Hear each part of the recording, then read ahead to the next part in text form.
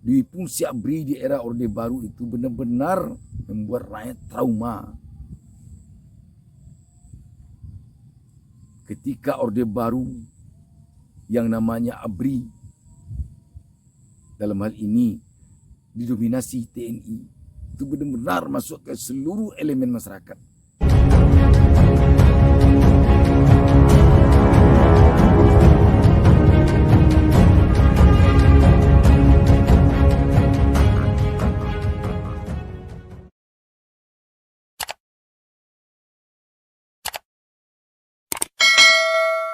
Assalamualaikum warahmatullahi wabarakatuh.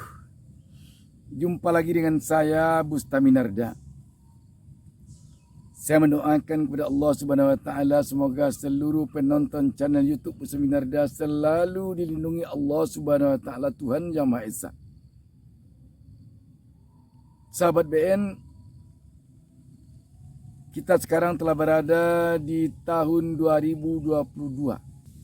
Ketika kita berada di tahun 2022 ini, tentu kita berharap kita lebih baik dibandingkan tahun 2021 dan tahun-tahun di belakangnya. Sebab jika kita berada di tahun 2022 ini, sama saja kondisi kita dengan kita berada di tahun 2021 baru lalu, itu namanya kita merugi.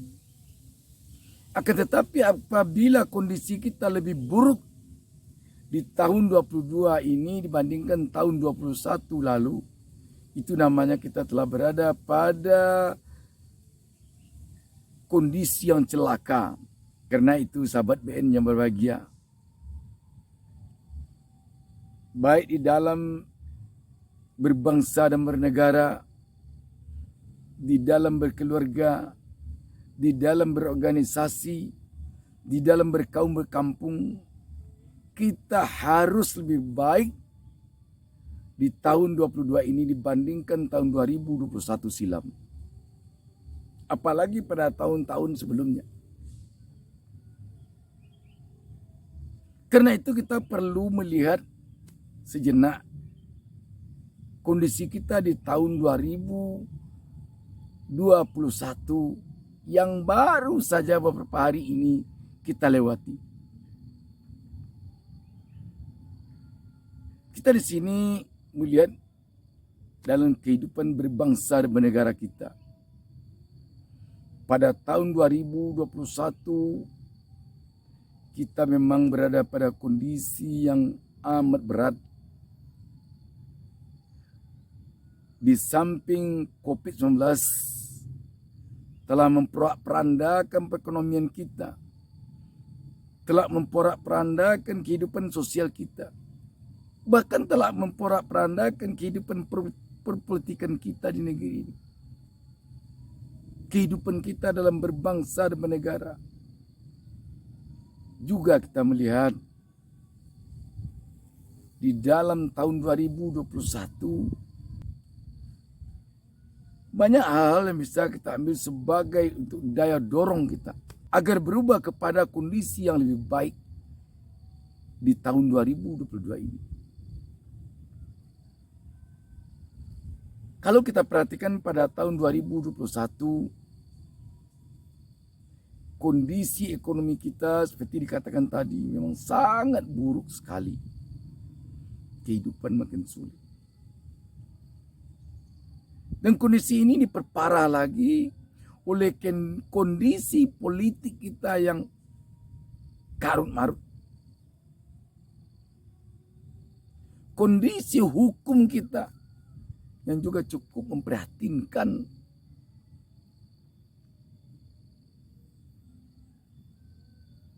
Di samping itu juga ada kemajuan-kemajuan lain yang telah kita raih. Satu hal yang perlu kita lihat, kemajuan yang dapat kita raih.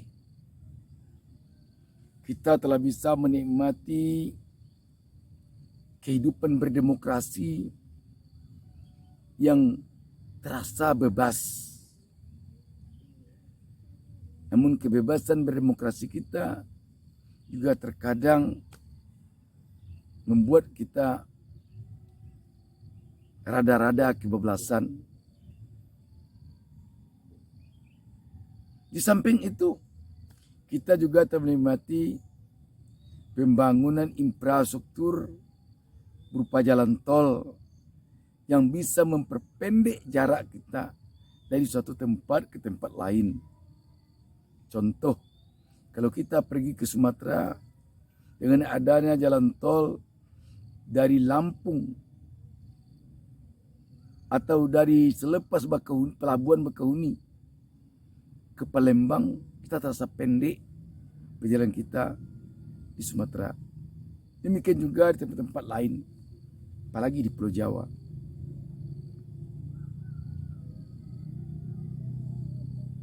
Di samping itu, dengan adanya media sosial ini, rakyat sekarang telah merasa merdeka dari sebelum-sebelumnya di dalam menyampaikan aspirasi mereka kepada publik.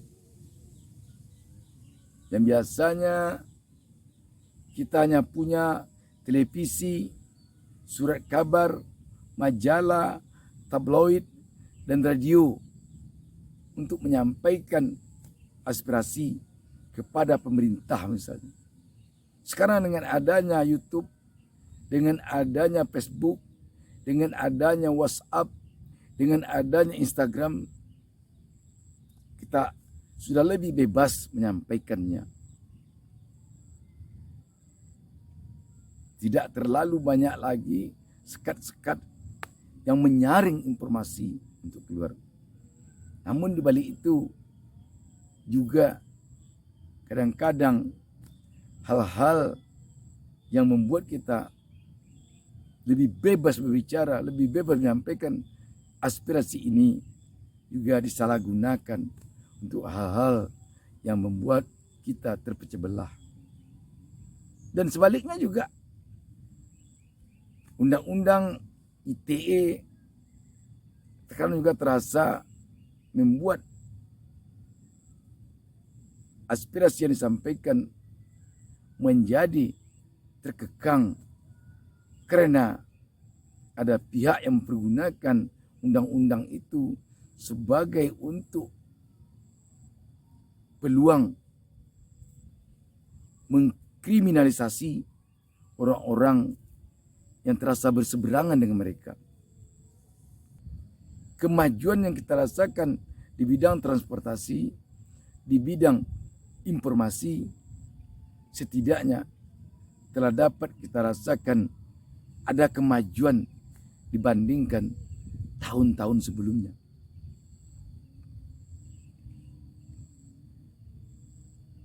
Kita sekarang ingin melihat dunia perpolitikan kita.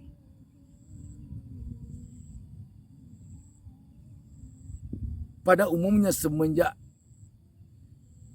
pemilihan presiden tahun 2019 sampai akhir tahun 2021 kemarin, kita merasakan kondisi politik kita di ini semakin mengkhawatirkan, semakin mencemaskan, semakin menakutkan. Kenapa saya katakan demikian? Semenjak pelaksanaan Pilpres 2019 lalu,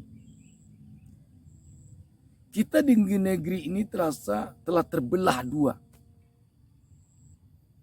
Yang satu namanya cebong, yang satu namanya kampret. Sesungguhnya cebong dan kampret ini tidak ada artinya sama sekali. Apalah artinya cebong, apalah artinya kampret. Tetapi kalau kita bawakan ke kehidupan kita berbangsa dan bernegara, ini sangat besar artinya dalam hal pembelahan bangsa ini. Yang pendukung calon presiden Jokowi Ma'ruf berada pada garis cebong. Yang pendukung calon presiden Prabowo Sandiaga Uno berada pada belahan kampret. Kita berharap itu dulunya hanya ada selama proses Pilpres berjalan. Tetapi dalam kenyataannya sampai saat ini malah masih ada. Di tahun 2021 kita sangat merasakan keterbelahan ini. Sehingga sampai kepada pembelahan, ini pihak penguasa, ini pihak oposisi, atau yang berada di garis rakyat. Padahal penguasa itu adalah pemimpin rakyat. Tetapi mengapa kita merasakan bahwa sekarang ini ada yang berada di garis penguasa, ada yang berada di garis rakyat.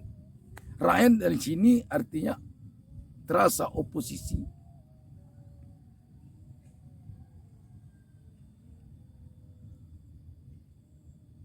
Yang berada di garis rakyat atau yang berada di garis oposisi mengatakan,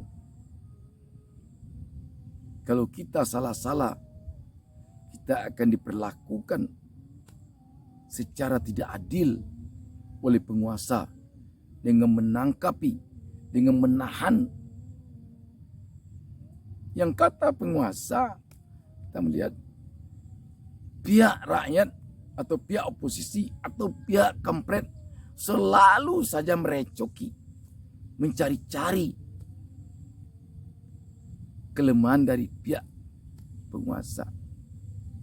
Ini tidak pernah ada titik temu. Kendati pun Prabowo dan Sandi telah masuk ke dalam kabinet Jokowi Ma'ruf.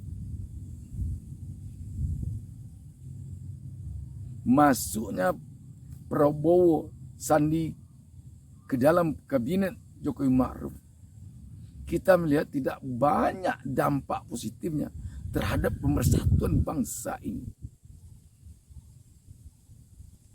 Kenapa ini sampai terjadi? Ini mungkin yang perlu kita renungkan untuk ke depan. Sehingga pada tahun 2022 ini keterbelahan bangsa ini hendaknya semakin mencair. Sehingga kita benar-benar berada dalam suatu bangsa yang selaba serugi, sehina semulia,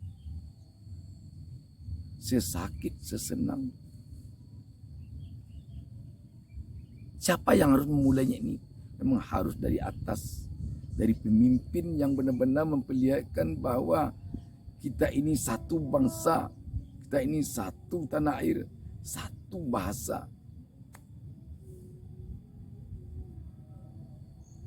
Jangan kita mau terpecah. Karena ketika Pilpres tahun 2019 dulu, ini berpihak kepada Jokowi Ma'ruf, ini berpihak kepada Prabowo Sandi. Jangan kita mau terpecah oleh itu.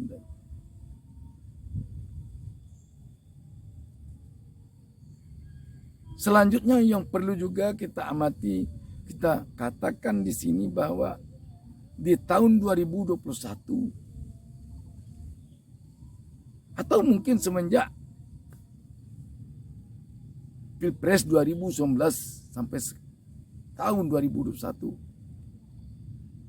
kita merasakan keterlibatan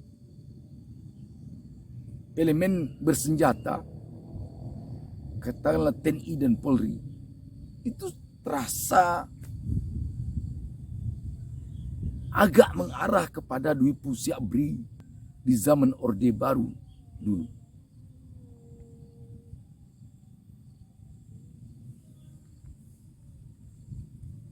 Dan yang sangat kita takutkan adalah kembalinya Dwi Pusi Abri dengan melibatkan tentara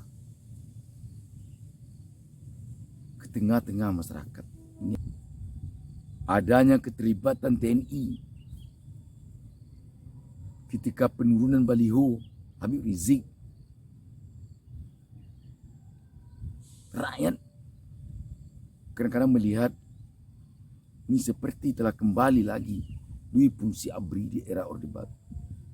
Dan yang baru saja terjadi, di akhir tahun 2021 dan di awal memasuki tahun 2021 adalah kedatangan personel TNI ke tempat seorang ulama, Habib Bahar Smith. Ini kelihatannya kecil, tetapi dampaknya kepada rakyat sangat besar. Karena ini membuat rakyat takut, jangan-jangan nanti di Pun Syabri kembali seperti di era Orde Baru. Ketika TNI turut campur dalam hal-hal yang harusnya itu tidak dicampurinya. Semenjak Dwi Fungsi ABRI dihapus, kita sama-sama mengetahui bahwa TNI itu berada pada garis pertahanan kedutaan negara. Sedangkan untuk Kantipmas adalah Polri. Ketika rakyat melihat TNI ada masuk ke wilayah Polri, sini rakyat nanti akan ketakutan. Jangan-jangan nanti ke depan Dwi Fungsi ABRI kembali bangkit di negeri ini.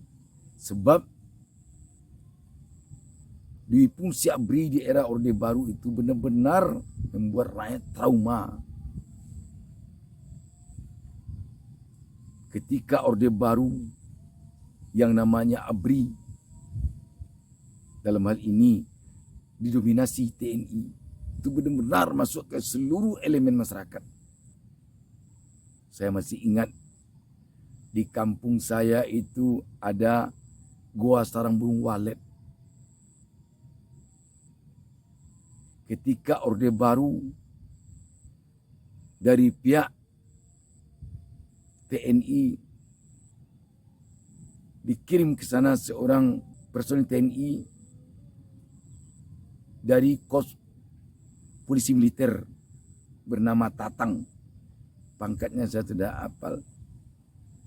Tatang di sana benar-benar waktu itu menjadi orang yang sangat ditakuti. Tidak saja dalam persoalan sarang burung walet, dalam persoalan apapun dia itu campur, menampar orang, menempeleng orang.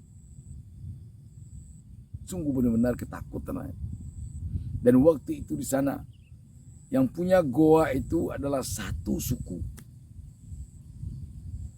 Tetapi dia berhasil menjadikan suku itu terpecah dua. Sehingga satu kelompok suku dengan satu kelompok suku dalam satu suku itu beradu terus memperebutkan sarang burung walet ini. Yang menang dia. Karena begitu berkelahi orang ini, dia jadi pengaman. Polisi tidak bisa masuk. Dia di sana. Saya masih ingat di dinding goa itu dituliskannya itu. Daerah operasi militer. Saya masih lihat di sana. Dibuatnya dinding goa itu. Dan Tatang waktu itu benar-benar menakutkan. Saya masih ingat saya membuat sebuah berita yang sama sekali tidak ada sangkut pautnya dengan goa itu. Tetapi berita itu memang menyinggung orang yang kebetulan juga berfungsi di goa itu. Dia sampaikan kepada orang tua saya oleh si Tatang itu. Yang namanya wartawan Bustami Narda ini. Kalau tidak dapat siang, malam akan saya cari juga. Dan saya cencang-cencang dia. Menangis orang tua saya pergi ke tempat saya, ke kantor saya. Di ibu kota provinsi tempat saya tinggal. Karena Goa itu berada di desa terpencil di kampung saya, di salah satu kabupaten. Berhentilah kamu jadi wartawan, nak. Kamu akan dicencang-cencang setatang kepada saya, dikatakannya. Untung saja saya masih hidup sampai sekarang. Begitu kuat waktu itu Dwi Pun Syabri. Orang malah mengatakan waktu itu, kalau ada keterlibatan kita dengan TNI, lari saja.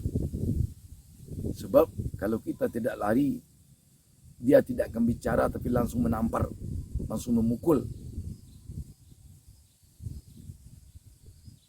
Dan kita tentu tidak ingin itu terjadi kembali.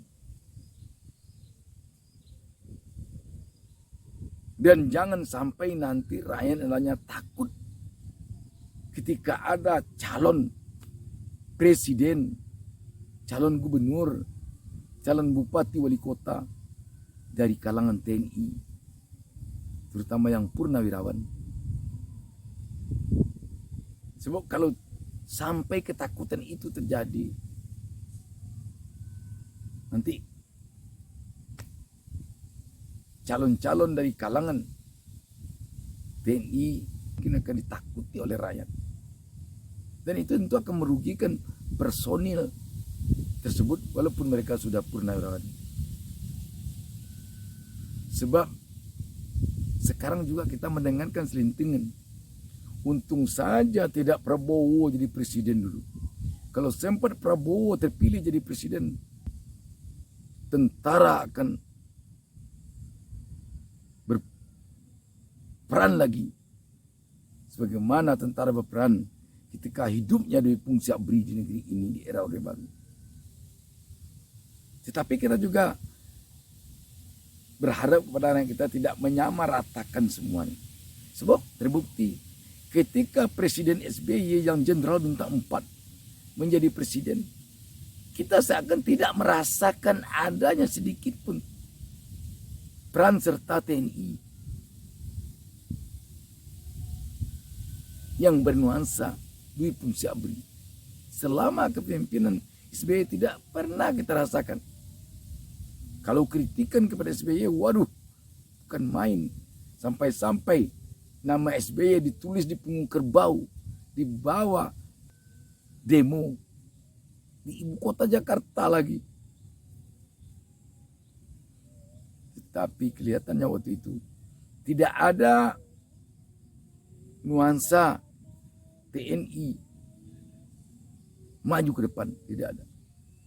Dan selanjutnya jangan sampai hendaknya calon presiden kita pada tahun 2024 ini dua pasangan calon saja atau hanya satu pasang calon saja. Sebab itulah membuat negeri ini terbelah. Telah terbukti dengan dua pasangan calon pada Pilpres 2019 kita begini sampai sekarang terpecah dua negeri ini, terbelah dua. Sebelumnya ketika pasangan calon presiden masih banyak, begitu habis Pilpres kita tidak ada keterbelahan seperti ini, kelihatan. Karena itu memang kita perlu pasangan calon presiden dan wakil presiden kita lebih dari dua. Apakah itu dengan mengharuskan presidensial threshold 0%, kita pulangkan kepada kita bersama. Demikian saja. Wassalamualaikum warahmatullahi wabarakatuh. Jangan lupa subscribe. Jangan lupa subscribe. Jangan lupa satu